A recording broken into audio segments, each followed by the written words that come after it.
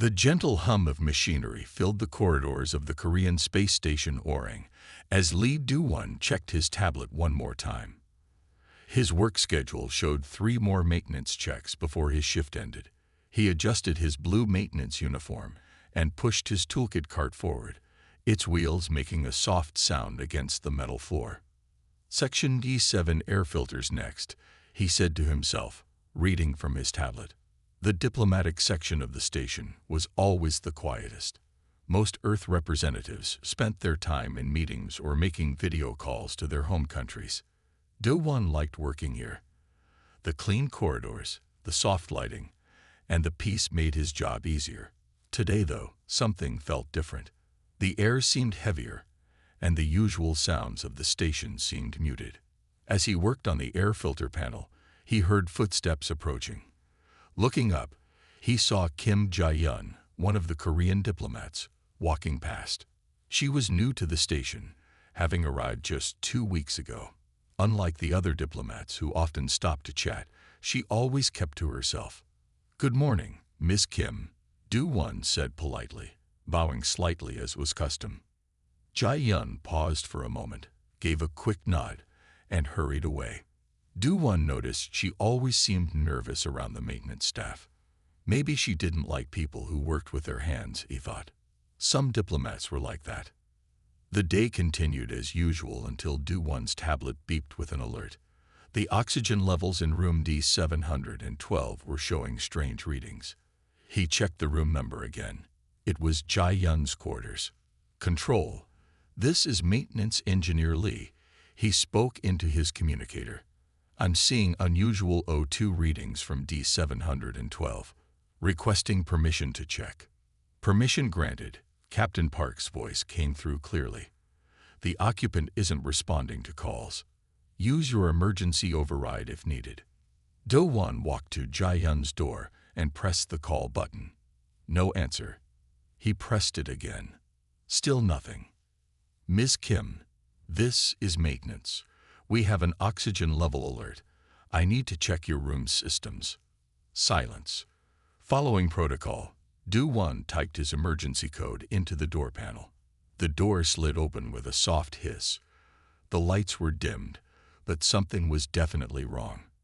The air had a strange, sweet smell he had never encountered before. "Miss Kim, I'm coming in to check the life support system." As he stepped inside, he heard a strange humming sound coming from the bedroom area. The sound wasn't mechanical. It was almost like singing, but at a pitch that made his teeth vibrate slightly. Do-won remembered his grandfather's words from years ago. When something seems strange, stop and think before you act. But his training also told him that oxygen problems could be deadly in space. He had to check. Moving carefully, he walked toward the bedroom. The humming grew louder. Through the partial opening of the sliding door, he saw a soft, pulsing light. It wasn't the standard station lighting. This light shifted colors, from blue to green to purple. "Miss Kim, are you all right?" The humming stopped suddenly. There was a sound of movement, something falling, and a gasp.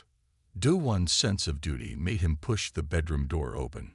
What he saw made him freeze in place. Where Kim Jae-yun should have been, there stood a being that was almost human, but not quite.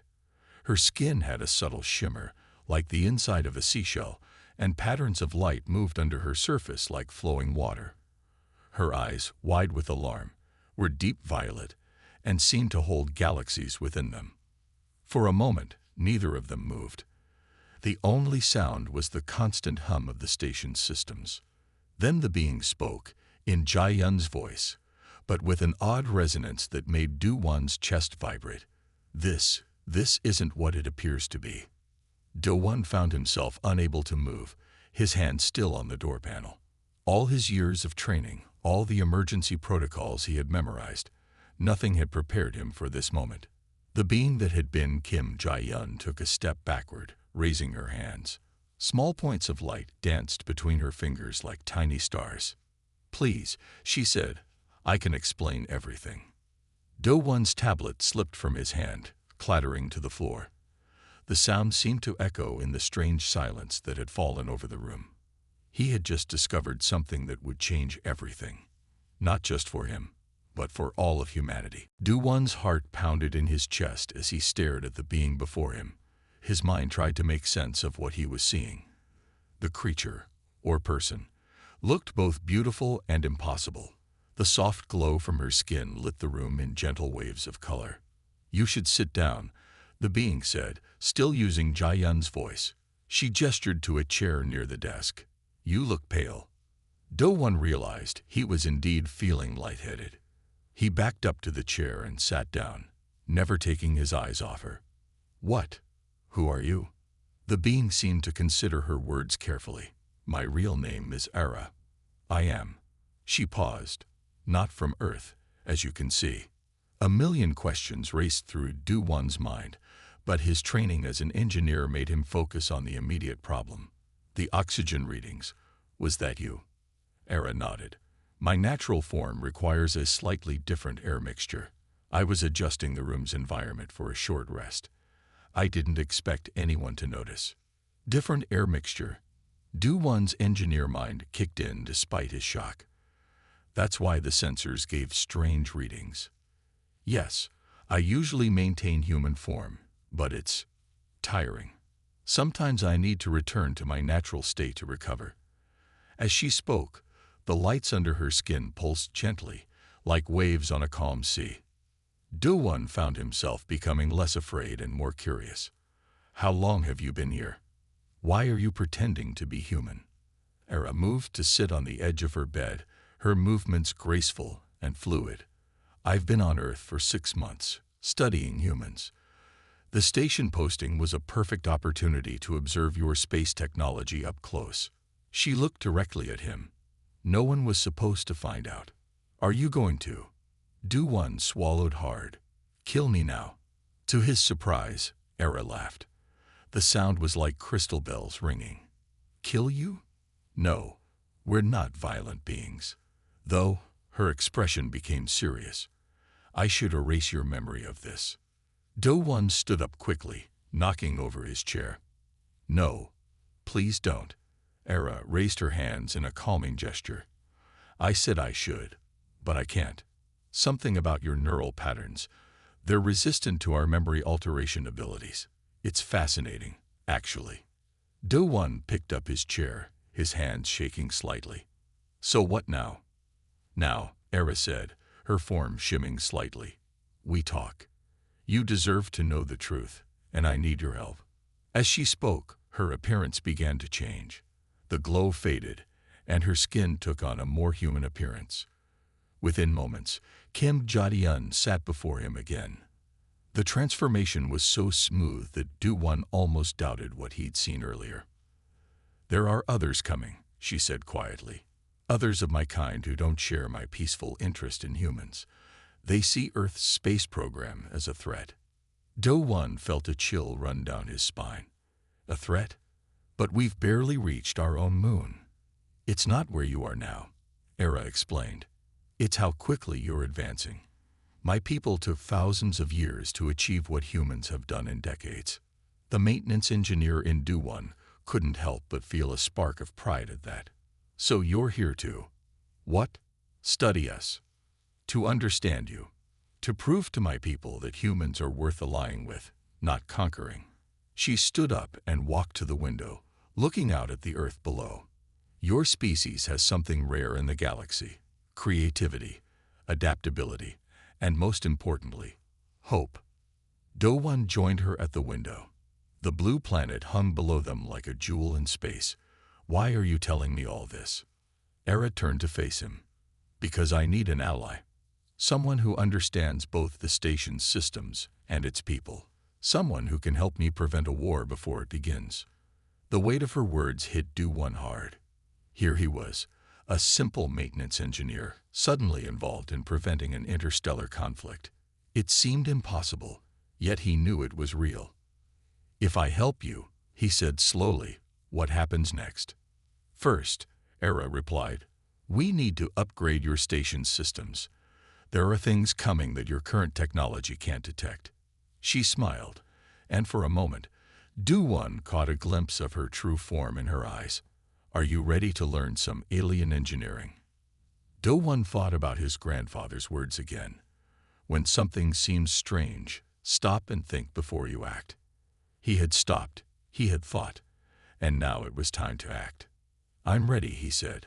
Where do we start? The next morning, Do-One stared at his breakfast in the station's cafeteria, pushing his rice around with his chopsticks. He hadn't slept much. The events of yesterday kept playing in his mind like a strange dream. You look terrible, a voice said. He looked up to see Captain Park Hyrie standing beside his table, holding a cup of coffee. Everything okay? Yes, Captain. Just thinking about some maintenance issues. He tried to smile normally. The captain nodded. Well, don't think too hard. We need you alert. She walked away, her boots making soft sounds on the floor. Do-One checked his tablet. He had a message from Kim Jae-yun, asking him to meet her in storage room B4 during his lunch break. His hands felt sweaty as he read it. The morning passed slowly. Do-One did his regular checks, fixed 2 broken air filters, and helped repair a stuck door. All the time, his mind was on the meeting to come. At lunchtime, he made his way to storage room B4. It was in a quiet part of the station where few people went. When he entered, he found Ara already there, in her human form. Lock the door, she said quietly. Do-One did as she asked. When he turned back, Ara had changed to her true form. The sight still amazed him. I need to show you something, she said, taking out what looked like a small crystal. This is how my people store information. She held the crystal up, and suddenly the room filled with holographic images. Do-One saw strange ships, beautiful alien cities, and maps of the galaxy. This is my home, Ara explained. The stellar empire of Nixus. We've watched Earth for centuries, but never interfered. Until now, Do-One asked. Until now. Ara's expression became worried. There's a group in our empire called the Dominion. They believe developing species should be controlled or destroyed before they become too powerful. The images changed to show different ships, darker and more threatening. These are Dominion vessels. They're already on their way to your solar system. Do-One felt his mouth go dry. How long do we have? 3 Earth months, maybe less. Ara moved her hand, and the images disappeared. That's why I need your help. We have to prepare your station's defenses. But won't they notice if our technology suddenly improves? Do-One asked. Ara smiled. That's why we'll be clever about it. Small changes, things that look like normal upgrades. Nothing too obvious. She walked to a storage container and opened it, revealing strange tools Do-One had never seen before.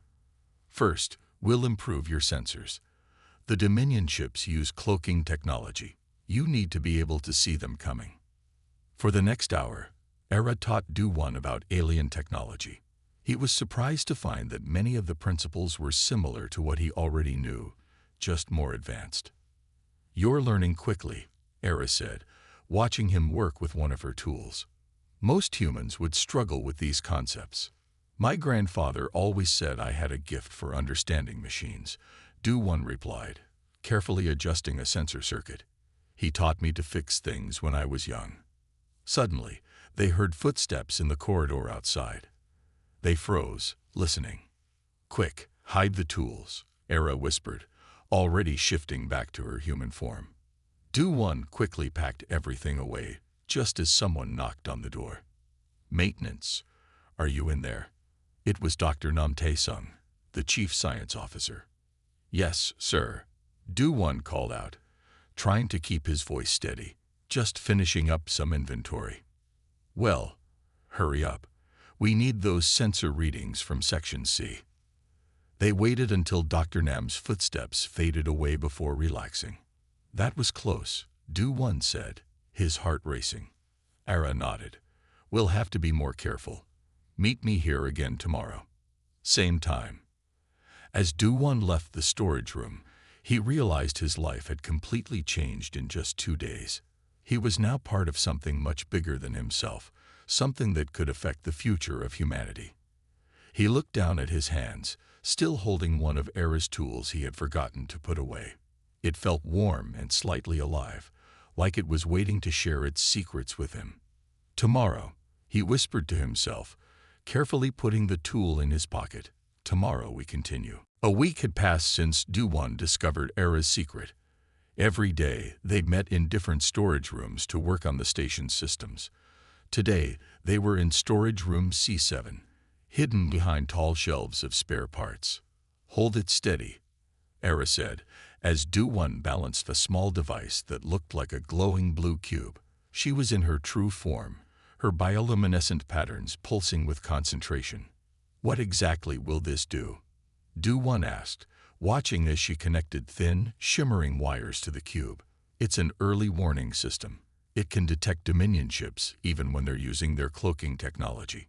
She paused, her violet eyes troubled. "And I'm getting worried. I received a message from home yesterday." Do-Won carefully set down the cube. "What kind of message?" "The Dominion ships are moving faster than we thought. They'll be here in 6 weeks, not 3 months. Her skin flickered with darker colors, showing her anxiety. Just then, they heard the station's announcement system crackle to life. "Attention all personnel. This is Captain Park. We are detecting unusual energy readings near Jupiter. All departments please report any system anomalies immediately." Era's eyes widened. "They're already testing your defenses. Those energy readings are from their scout ships."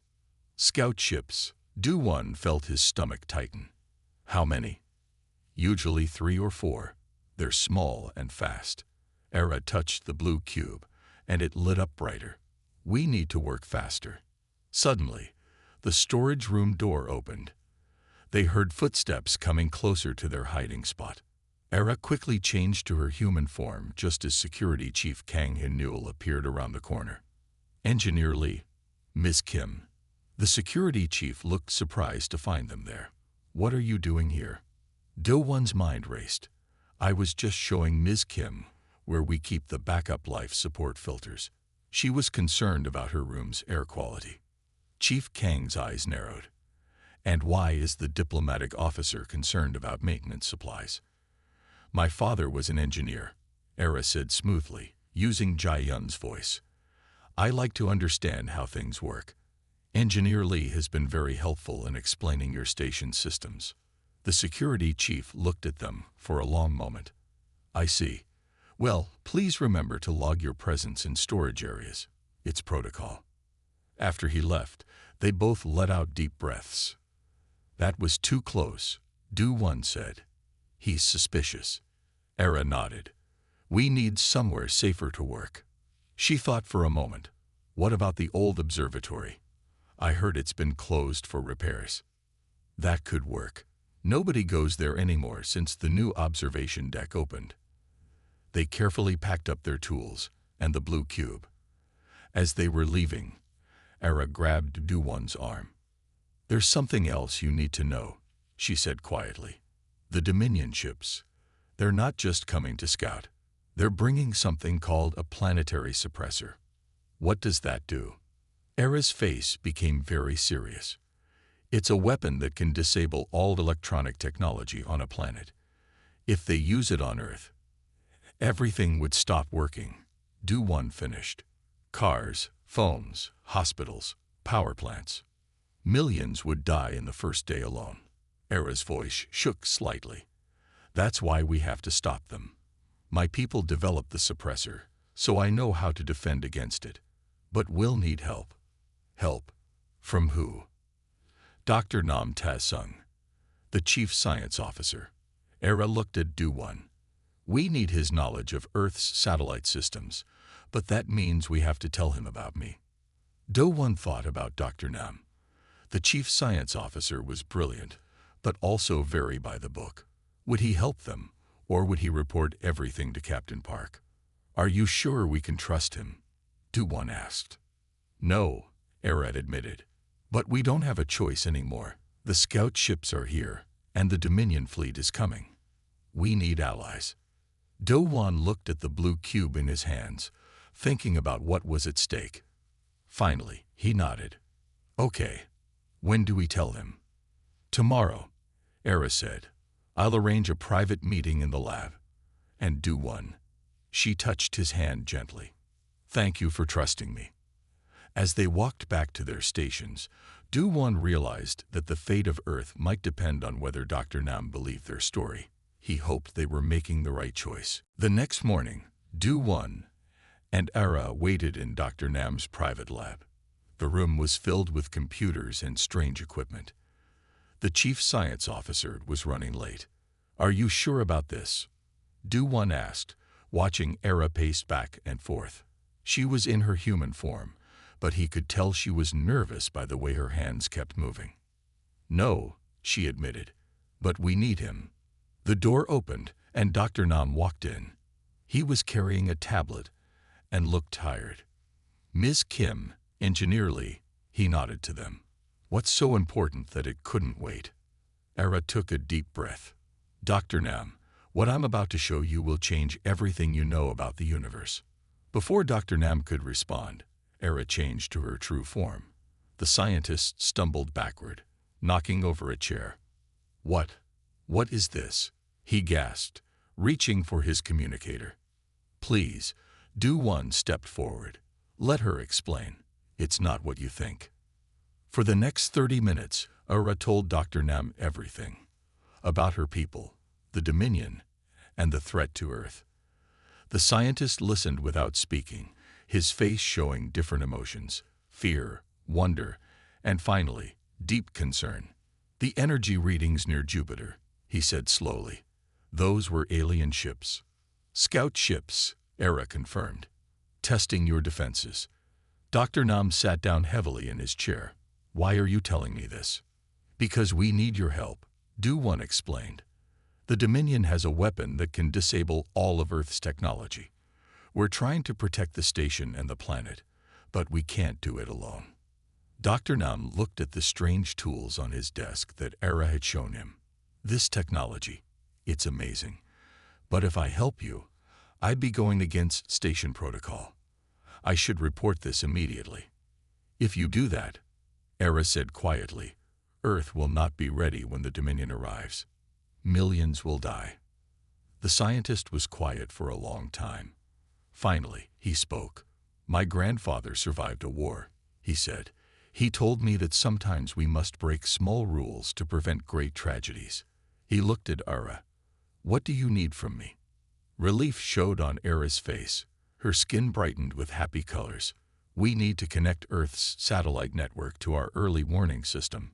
You know the satellites better than anyone. We also need a safe place to work, Do-Won added. The storage rooms aren't secure enough. Dr. Nam thought for a moment. I have an old backup lab in Section E. Nobody uses it anymore. We can work there. For the next few hours, they shared their plans. Dr. Nam was amazed by Era's knowledge and quickly understood the alien technology. He started making plans to modify the station's systems. This could work, he said, looking at their designs. But we'll need more help. Someone in security. No, Do-Won said quickly. Chief Kang is already suspicious. Not Chief Kang, Dr. Nam smiled. I know someone better. Officer Lee Yoon-ji. She's young, smart, and she guards the night shift in Section E. We can trust her. Era looked worried. The more people who know, the more dangerous it becomes. True, Dr. Nam agreed. But we need someone in security on our side. Yoon-ji can help us move around the station without raising alarms. Just then, all their tablets beeped at once. It was another announcement from Captain Park. Attention all personnel. We have lost contact with 3 satellites near Jupiter. All departments be on alert. This is not a drill. They looked at each other with concern. It's starting, Era said. The scout ships are testing how you'll respond. How long do we have? Dr. Nam asked. Maybe 5 weeks before the main fleet arrives. Era's skin darkened with worry. We need to work fast. Then we should start now, Do-Won said firmly. Dr. Nam, can you talk to Officer Lee today? The scientist nodded. I'll speak to her after her shift ends. If she agrees to help, we can start moving our equipment to the backup lab tonight." As they left the laboratory one by one, Do-1 felt both worried and hopeful. They had a new ally, a safe place to work, and maybe soon, another friend to help them. But as his tablet beeped with more reports of satellite problems, he wondered if they would have enough time to save Earth. Officer Lee Yoon-ji stood in the backup lab, her eyes wide as she watched Ara change from human to alien form. Unlike Dr. Nam, she didn't step back in fear. Instead, she moved closer, fascinated. "Amazing," she whispered. "And you've been here all this time, right under our noses." "Yes," Ara replied, her skin glowing softly in the dim lab. "And now we need your help." It had been 3 days since Dr. Nam joined their group. Now, with Yoon-ji's help, they could move more freely around the station at night. But new problems were arising. "Chief Kang is asking questions," Yoon-ji said, checking her security tablet. "He wants to know why Dr. Nam is accessing old satellite data and why Engineer Lee keeps working late shifts." Do-1 looked up from the control panel he was modifying. "What did you tell them?" "I said you were helping Dr. Nam with a special project approved by Captain Park." Yoon-ji frowned, but he didn't seem convinced. Suddenly, their tablets lit up with another alert. More satellites had gone dark, this time near Mars. The scout ships were getting bolder. "We need to work faster," Dr. Nam said, typing quickly on his computer. "The modified sensors are picking up strange energy patterns. The scout ships are doing more than just watching now."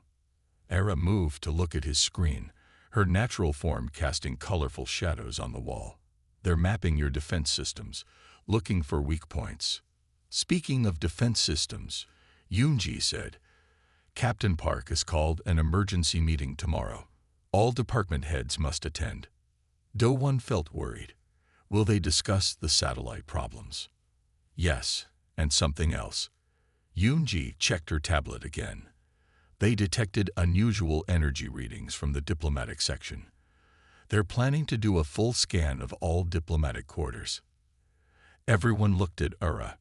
Her skin flickered with concern.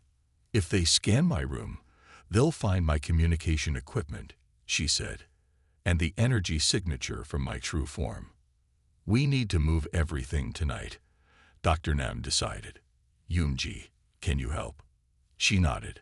"I'm on night duty again. I can keep the security cameras looped for 20 minutes. That should give us enough time." Later that night, Do-1 and Ara carefully packed her alien equipment into maintenance boxes. Yoon-ji had given them special passes to move through the station without questions. As they walked through the quiet corridors, they heard voices ahead. Do-1 quickly pulled Ara into a side passage. Chief Kang and Captain Park walked past, deep in conversation. "The energy readings are unlike anything we've seen," the captain was saying. "And now these satellite failures. I don't like it," Chief Kang replied. "And I don't trust that new diplomatic officer, Kim Ji-yeon. Something about her feels wrong." Their voices faded as they turned a corner. Do-1 and Ara looked at each other with worry. "They're getting closer to the truth," Do-1 whispered. They finally reached the backup lab and stored Ara's equipment safely. But as they were leaving, they saw something that made them freeze. Through the lab's small window, they could see 3 strange lights moving past the station. Far in the distance, the lights were a deep purple color and moved in perfect formation. "Scout ships," Ara said quietly. "They're not even trying to hide anymore." Do-1 watched the lights disappear behind Earth. "How many people on the station will die if we fail?" "Everyone," Ara answered honestly. "The Dominion doesn't leave survivors." They stood in silence, watching Earth spin slowly below them. The beautiful blue planet had no idea of the danger it was in. "Tomorrow's meeting could change everything," Do-1 said finally. "If they discover your equipment." "They won't." Yoon-ji's voice came from behind them. They turned to see her standing in the doorway. "I've arranged for a small power failure in the diplomatic section during the scan, just enough to make them postpone it." Era smiled gratefully. Thank you, Yoonji. As they walked back to their quarters, Do-won realized that their small group of 4 people might be Earth's only hope. They had to succeed. There was no other choice. The emergency alarms woke everyone at 3 in the morning. Red lights flashed through the station corridors as Do-won ran to the backup lab. He found Dr. Nam already there, working frantically at his computer. What's happening? Do-won asked, out of breath. Someone's attacking our main computer system, Dr. Nam said without looking up. They're trying to shut down our life support. Era burst into the lab in her human form, with Yoonji right behind her. It's a Dominion agent, Era said, quickly changing to her true form. They must have been hiding on the station all along. Yoonji checked her security tablet. The attack is coming from the main control room. Chief Kang and Captain Park are locked out. Can you stop it? Do-won asked Dr. Nam. I'm trying, but the hacking program is too advanced. It's alien technology. The scientist wiped sweat from his forehead. We have maybe 20 minutes before life support fails. Era moved to the computer. Let me help. I know Dominion systems. Her fingers flew over the keyboard while patterns of light raced across her skin. Suddenly, the lab door opened. Everyone froze as Chief Kang walked in, his security card raised. He stared at Era in her alien form. I knew something was wrong, he said, reaching for his communicator. You're behind this attack. No, Do-won stepped between them. Chief Kang, she's trying to save us. The real attacker is someone else. It's true, Yoonji added quickly. Check the security feeds. The attack started in the main control room. The chief looked at his tablet, then at Era. Prove it, he said finally. Show me you're not the enemy. Era's hands never stopped typing. The attacker is using a Dominion virus to corrupt your systems. I'm the only one who can stop it. Please, let me work. The station's lights flickered. The air was getting thinner. 15 minutes to life support failure, Dr. Nam announced, his voice tense. Chief Kang watched them work for a moment longer. Then he made his decision. What do you need? Access to the main security protocols, Era said quickly. I can block the virus, but I need higher clearance. The chief used his security card. Done. But if you're lying. I'm not. Era's skin pulsed with determination. Do-won, I need the blue cube we made. It can help track the attacker. Do-won ran to get it from their hidden storage. When he returned, the air was getting even thinner. People in the corridors were starting to panic. Got it. Era suddenly shouted. The virus is contained. Dr. Nam, restart the life support systems. As Dr. Nam worked, the blue cube in Do-won's hand started glowing brighter. It pointed toward the main control room. The attacker is still there, Era said. And they have a planetary suppressor component with them. If they activate it. Let's go, Chief Kang said, drawing his station weapon. Yoonji with me. They ran through the station corridors, following the cube's glow. When they reached the control room, they found someone working at the main console. It was one of the new maintenance workers who had joined the station last week. Stop right there, Chief Kang ordered. The person turned, and their human disguise flickered, revealing a Dominion agent. Their skin was dark purple, with sharp, angular patterns. You're too late, the agent said in a harsh voice. The main fleet is already on its way. This station will be the first to fall. They reached for a device on their belt, but Yoonji was faster. She fired her stun weapon, and the agent collapsed. The suppressor component. Era moved quickly to take it from the agent. They were going to use this station to test it before using it on Earth. Chief Kang secured the unconscious agent. Captain Park needs to know everything. Now. Agreed, Era said, her glow dimming with tiredness. But first, we need to check if they managed to send any messages to the Dominion fleet. Do-won looked at the star-filled window, thinking about the fleet of warships heading toward Earth. They had stopped this attack, but the real battle was still to come. How long until the fleet arrives? Chief Kang asked. 3 weeks, Era replied. Maybe less. And now they know we're ready for them. The station's lights returned to normal, and fresh air flowed through the vents. They had won this fight, but Do-won knew it was only the beginning. Captain Park sat quietly in her office, looking at Era in her true form. The captain's face showed no emotion as she listened to the whole story. Do-won, Dr. Nam, Chief Kang, and Officer Yoonji stood nearby, waiting for her response. So, the captain said finally, "We have a disguised alien princess on my station, a hostile fleet approaching Earth, and a weapon that could destroy our civilization." She looked at each of them. "And you all knew about this?" "Yes, Captain," Chief Kang answered. "But they just saved all our lives. The Dominion agent would have killed everyone on the station if not for them." Captain Park stood and walked to her window. The Earth shone below, peaceful and unaware of the danger coming towards it. "Show me what we're up against," she said to Era. Era took out her crystal and projected images into the air. The room filled with holographic displays of massive Dominion warships. "Their main fleet has 30 ships," Era explained. "Each one carries enough troops to take over a major city, and they have 5 planetary suppressors." "What are our chances?" the captain asked. "Without help, 0. Era's skin darkened with worry. "But I sent a message to my people. The Nixus defense fleet is coming to help. They just need time to get here." "How much time?" 4 weeks, but the Dominion fleet will be here in less than 3. Captain Park turned to Dr. Nam. "Can we hold them off for a week?" The scientist shared a look with Do-won. "Maybe.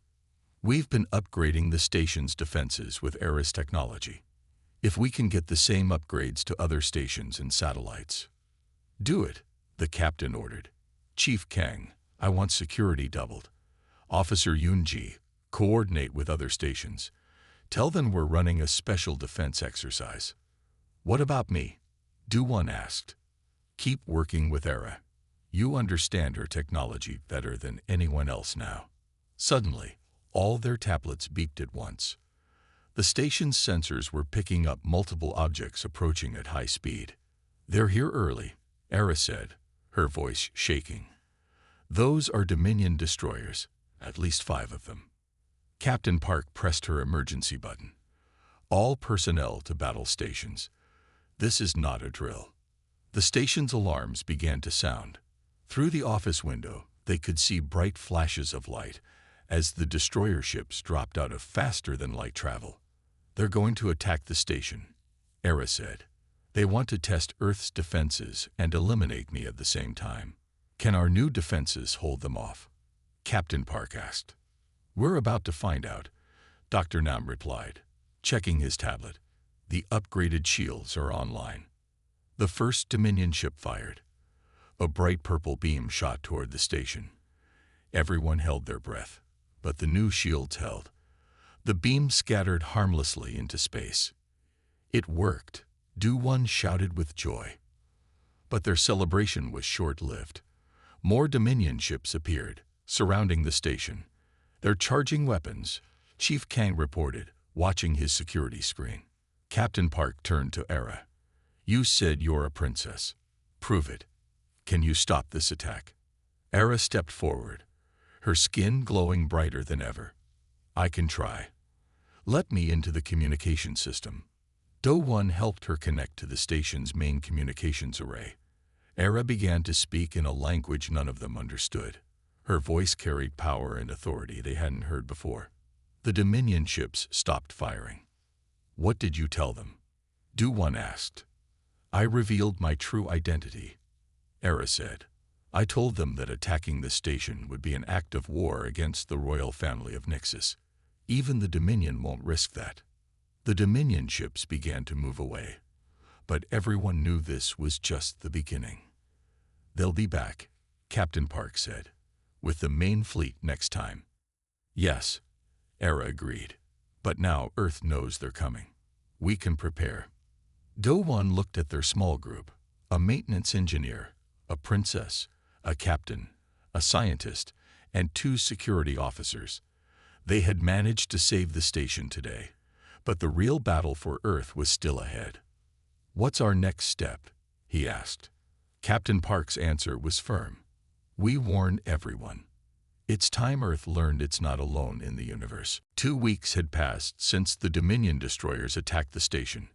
Earth had changed more in those 14 days than in the last 100 years. Do-1 stood in the station's new command center, watching dozens of screens showing news from Earth.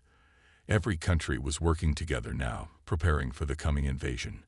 ERA's technology had been shared with all major space stations and defense systems. The Chinese station just finished their shield upgrades, Dr. Nam reported, checking his tablet. "That's all of them now." ERA stood nearby in her true form. Since Earth knew about aliens now, she no longer needed to hide. Her skin glowed with a mix of colors as she watched the preparations. "The Nix's fleet will be here in 6 days, she said, "but the Dominion fleet arrives in 3. Captain Park walked in with Chief Kang and Officer Yunji. "Then we hold them off for 3 days. We've done harder things." Do-1 smiled, remembering how far they had come.